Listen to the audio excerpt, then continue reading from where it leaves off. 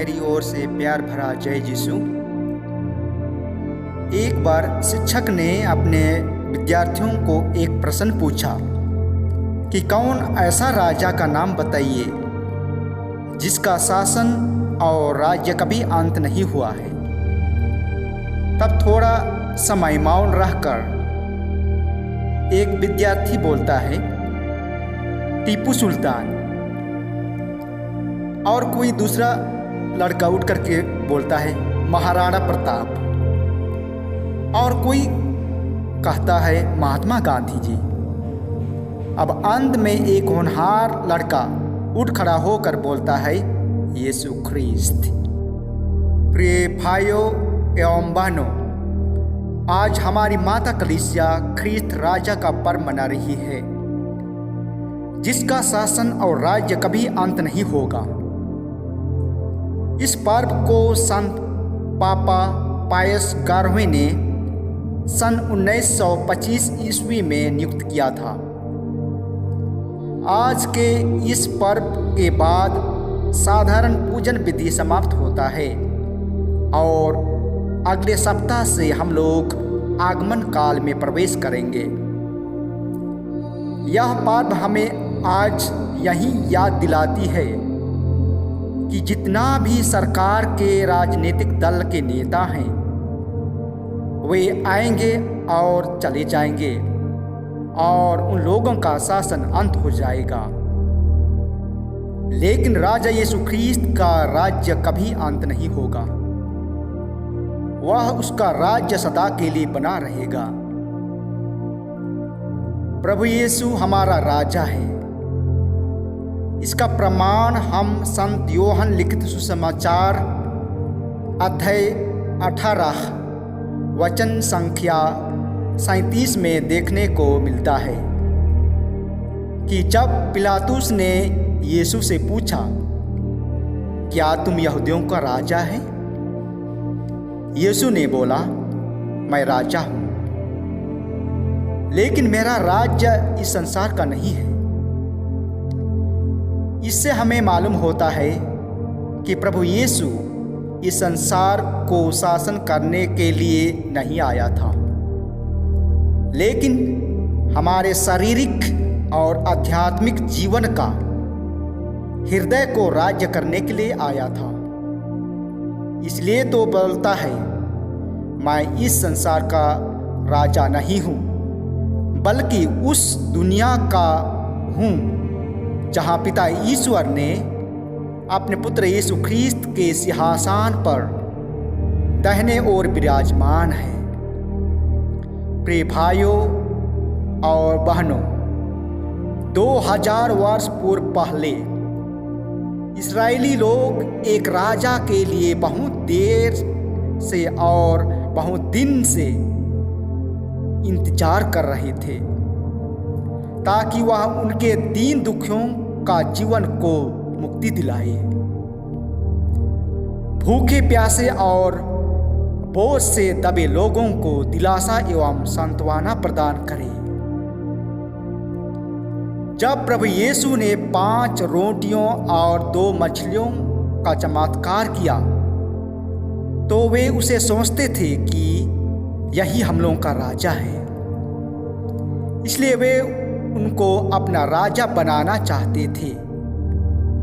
लेकिन प्रभु यीशु ने ये जानकर वहां से चले जाते हैं, क्योंकि उसका शासन और राज्य इस संसार का नहीं था। प्रभु यीशु ख्रिस्त हमारे हृदय और दिल का राजा है। वह प्रेम और दया से भरा हुआ राजा है, जो हम लोग के सभी को और हमारे जीवन को अपने पिता के राज्य में ले जाने वाला राजा है।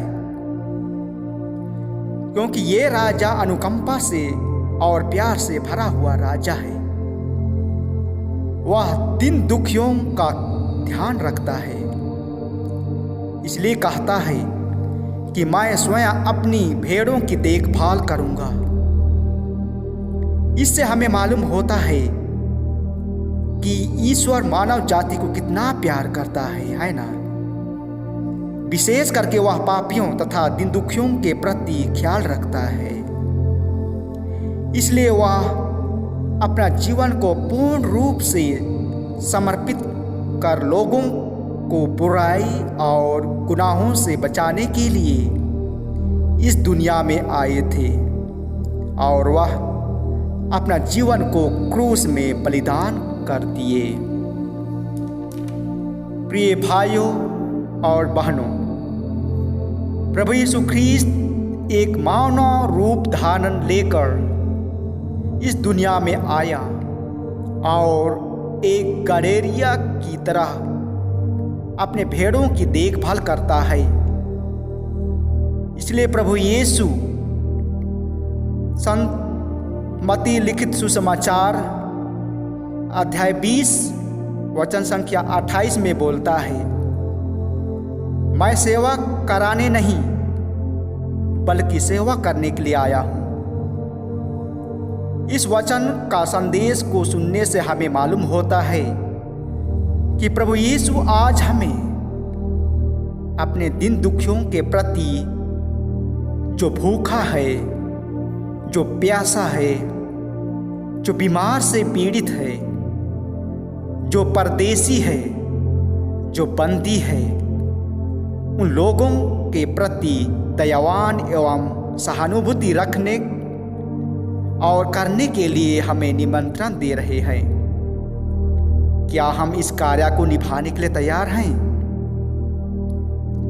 आज हमारी माता कलीसिया ईश्वर के द्वारा नियुक्त एक ऐसे राजा को पेश करती है जो अधर्म करने और बुराई करने वालों के खिलाफ लड़ता है और विजय होकर अपनी प्रजा को अपनी महिमा के सिंहासन पर सहभागी बनाता है।